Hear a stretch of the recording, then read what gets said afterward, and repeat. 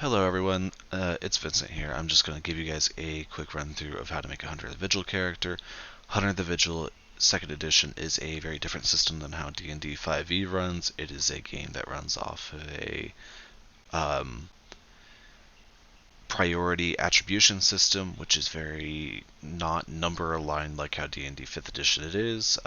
You assign dots and to your attributes, your skills, and to things called merits later on in the book um, that kind of represent how your character is and go to represent concepts far more than numbers and abilities do. So to begin, I'm going to show you the character sheet here. It is a lot. It just looks like this. It's got a lot of little fill in the blank holes here. It's got a lot of lines that you can fill, and it looks obviously different. You'll see down here where my mouse is currently. I don't know if you can see where.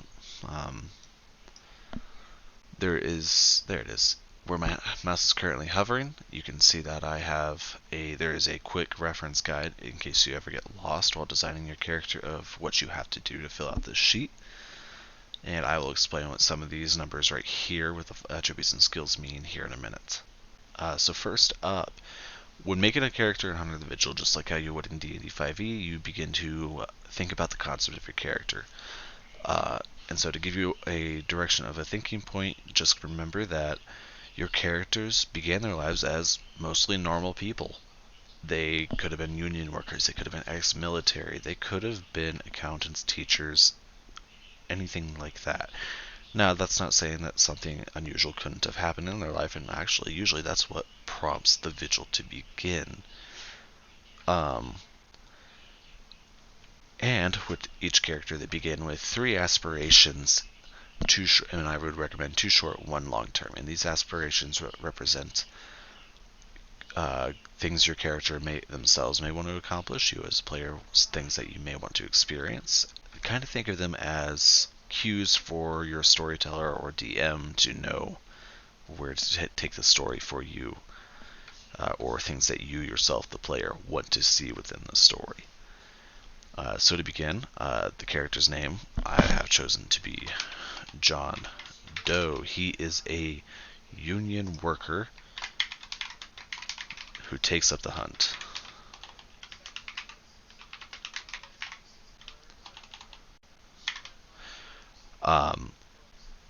And so just to think about this, he is a union worker who, through some manner or means, has been exposed to the supernatural side of the world, and you are living within a world of darkness. There are things that are unusual. There are monsters hiding in the night, and something has brought him to it. So in this instance, well, I'm not going to get too deep into his backstory because it doesn't really matter for this instance.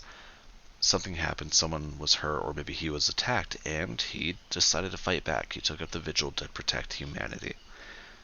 And so then we move into step 2, which is assigning virtues, vices, and anchors. These are your touchstones. And they represent your strengths, your weaknesses, your moral highs, and your moral lows. And could be represented with one word to kind of encompass how you attain your higher self or what you fall back on as a weakness, as a crutch.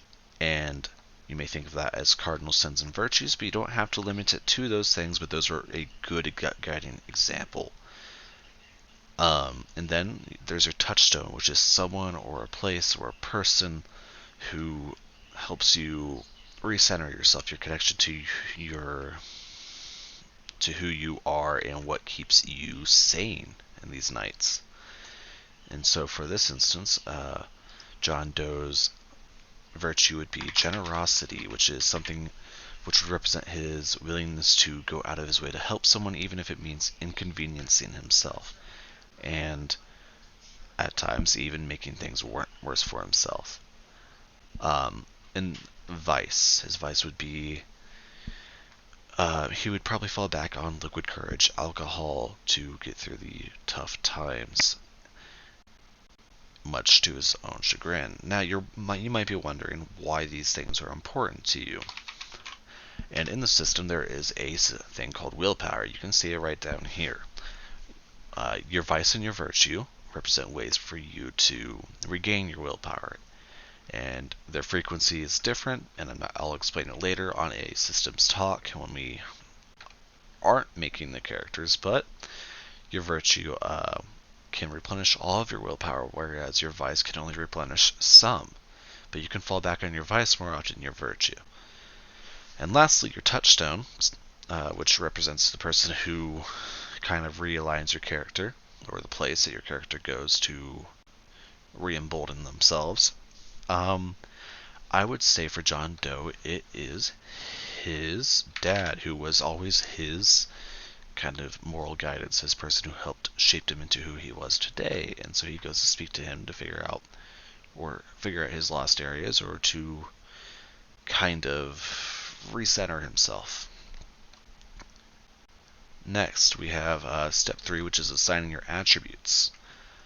When assigning your attributes, for the most part, they're all pretty self-explanatory, but I will explain wits, resolve, presence, and composure, as those are the less straightforward things. Resolve is your determination, it is your drive, it is your ability to withstand those difficult moments.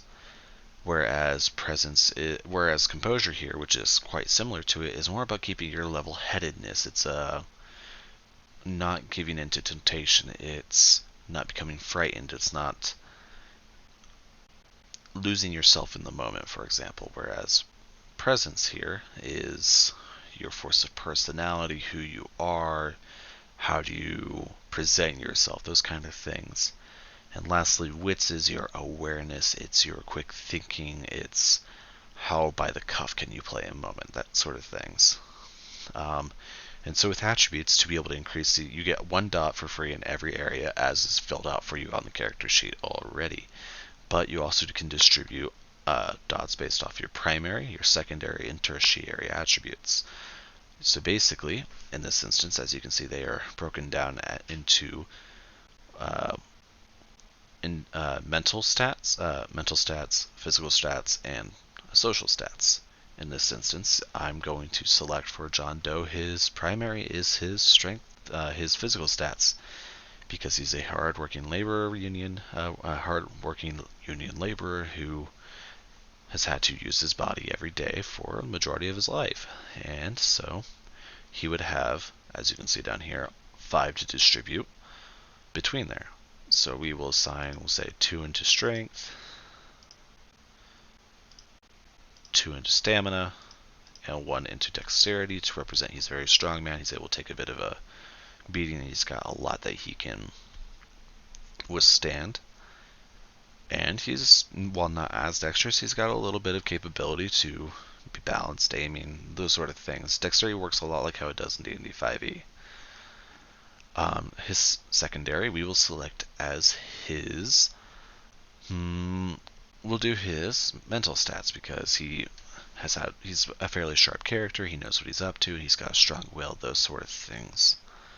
And so with that, we distribute 4 attributes. And with this one, we will for sure implement 2 into his resolve. I would say we'll do 1 into his intelligence, 1 into his wits, to kind of represent where his strengths and weaknesses lie. And the same thing with your tertiary skills, where you're going to distribute 3 dots.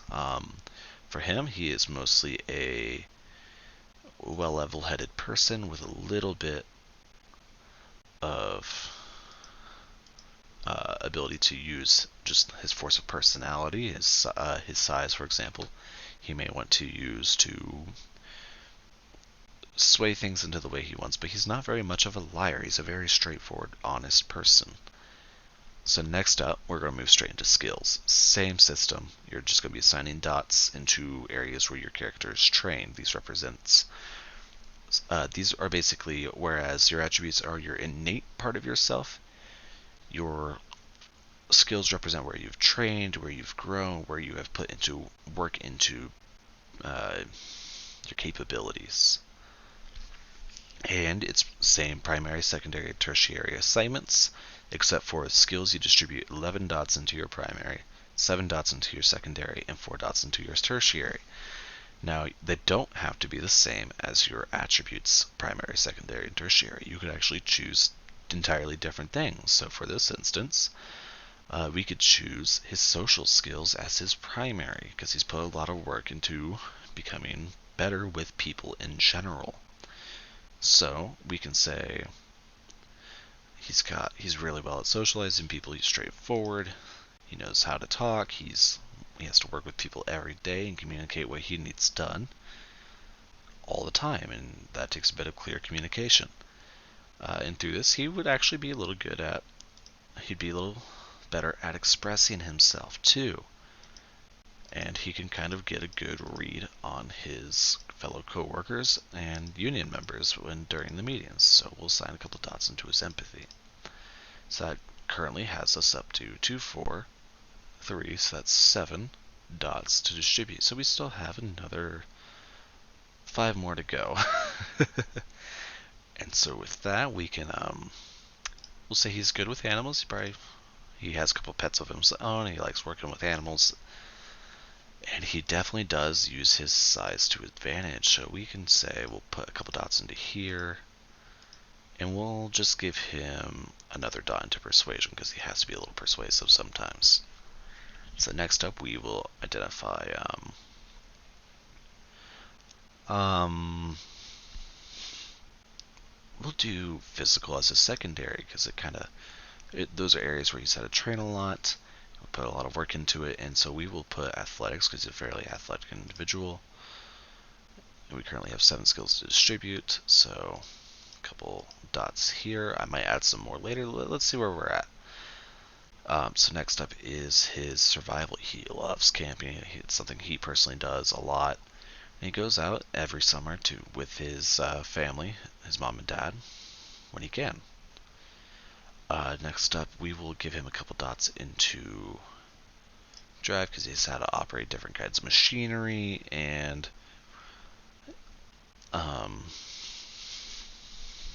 yeah.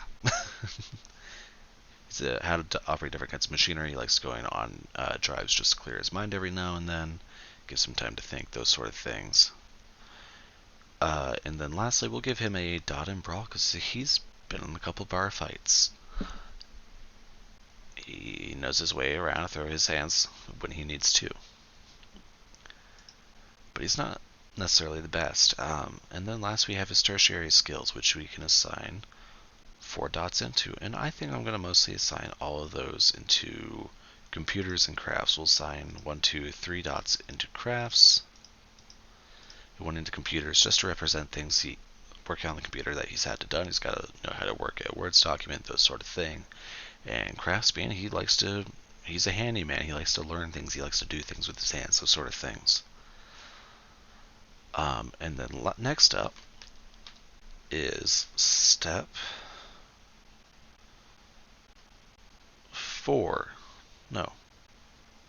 5, choosing your specialties. I'm sorry. Step 5 is choosing your specialties, and we will choose 3 skills in which our character has a little bit of additional training in an area that is applicable to the character. So he himself he loves carpentry. It's just a little bit of a passion of his.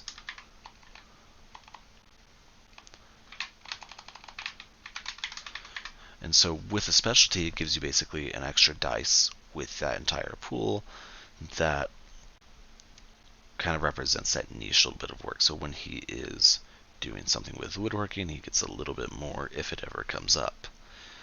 We will also choose animal care. We'll choose dogs under animal care because he loves working with dogs. He's very good at working with dogs. He picks up their cues well enough.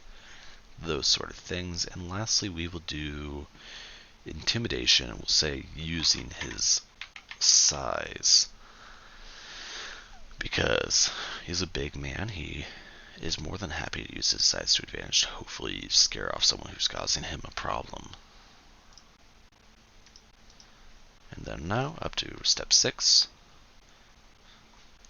which is not particularly relevant for us yet, but we will cover these sort of things later. Step 6 is identifying your cells, your tiers of play, which are cells, compacts, and conspiracy. These represent different groups of hunters, and it's not something we will entertain right now in character creation, but we will handle it later on during the story. Moving on into step 7, which is identifying your merits. Merits kind of represent areas where your character is trained. It's of your background traits. It is things that you have at your disposal, contacts, allies. It is basically a series of capabilities and resources that your character has at their disposal. You can find them later in the book. If you follow down into here, you go into character creation. I'll be leaving this book for you also under the resources tab so that you can find all this stuff yourself. But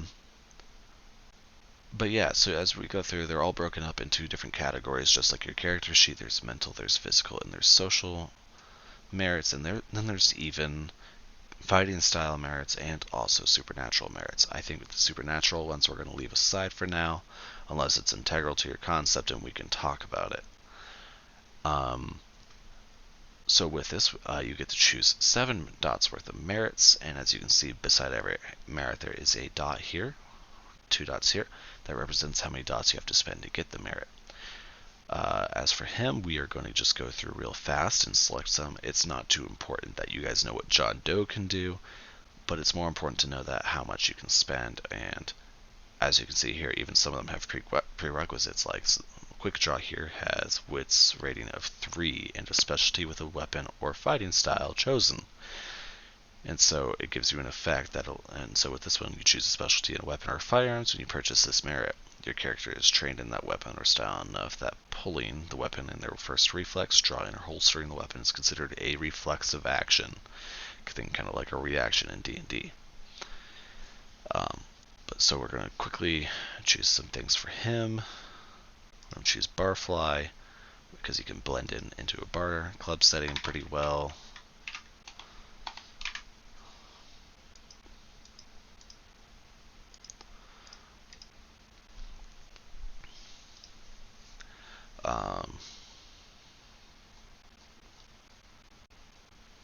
Let's see.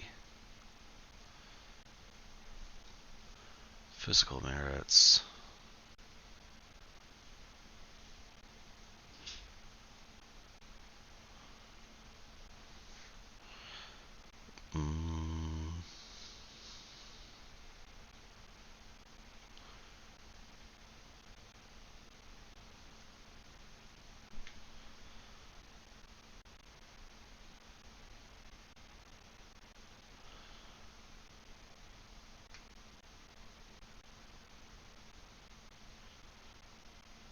Give him robust health to represent he's kind of a hardy individual. Oh wait, no we can't because he doesn't fit the survival. Oh no, he does still not represent fulfill the survival section, which is okay. So we're not going to do robust health, which is fine.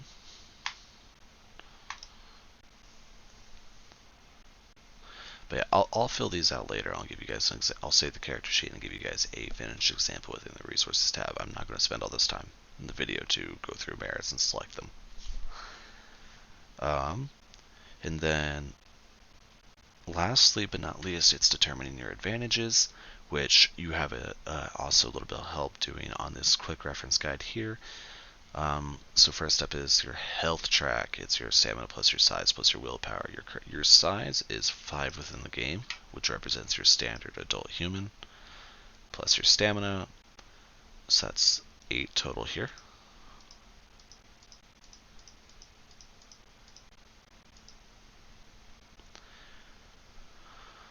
And then your willpower is determined by your resolve plus your composure. Conveniently enough, he's got a lot. He's got 6 dots worth of willpower.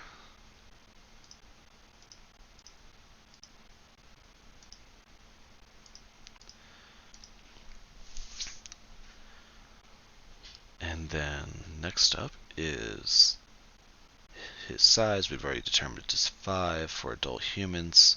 His defense is determined by the lower of your dexterity or wits plus athletics. So between his dexterity and wits, he's got 2 in both. So we're just going to take that 2 plus his athletics, which is also 2. So he's got a defense of 4. He's got no armor, so we're going to assign that as 0, so don't even worry about that. Let's see. His initiative mod is his dexterity plus composure, which is 5. So when you roll a d10 for initiative, you roll the number of that d10 plus 5, that's your initiative. And then his speed is his dexterity plus strength plus 5, so that is 5, 7, and 11 total? 12 total. Speed is 12. Wait, no. 2, 3, 4, 5. 10 total. I am bad at math today. And then lastly is your starting integrity, which is 7. Your integrity is basically your overall, it represents your morals, it represents how well put together you are. There is a section within the book that defines, allow me to go further. Integrity is basically your strength of character currently. It represents how well put together you are. Most humans tend to be about 7. It can represent your morals, your weaknesses. It could be how far are you willing to go before your character might suffer what is called in the game a breaking point, which is moments of weakness within the character where, such as killing someone, they regret it and they have a moment where the guilt overcomes them, for example. And there is a section in the book, I'll pull it up here to give you an example. See if I can find it here. So under integrity, it'll show you breaking points, which can be as simple as with high integrity, which is 7 through 10. It could be your first time encountering a particular supernatural trait or power. It could be causing harm to another human. It could be allowing someone to become hurt intentionally. It could be even killing someone or harming people. When you're at higher levels of integrity, everything below it counts as breaking points. And so the lower you fall, the easier it is for your character to do things and get away with things without moral ramifications. But it means it's also the more willing you are to do terrible things. And so it could be kind of a slippery slope scenario if you don't keep up with your touchstones, talk with your other hunters, and if you're not watching each other, you are people who are dealing with terrible things in your life. And if you don't monitor yourself or you don't monitor your fellow hunters, you may become lost.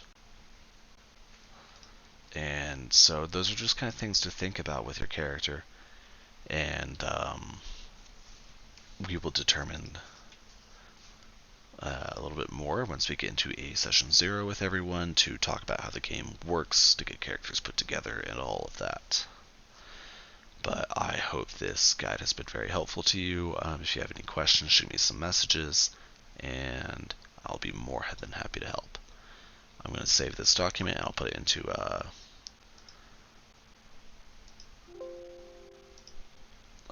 into the resource document area, and hopefully it'll be of some help.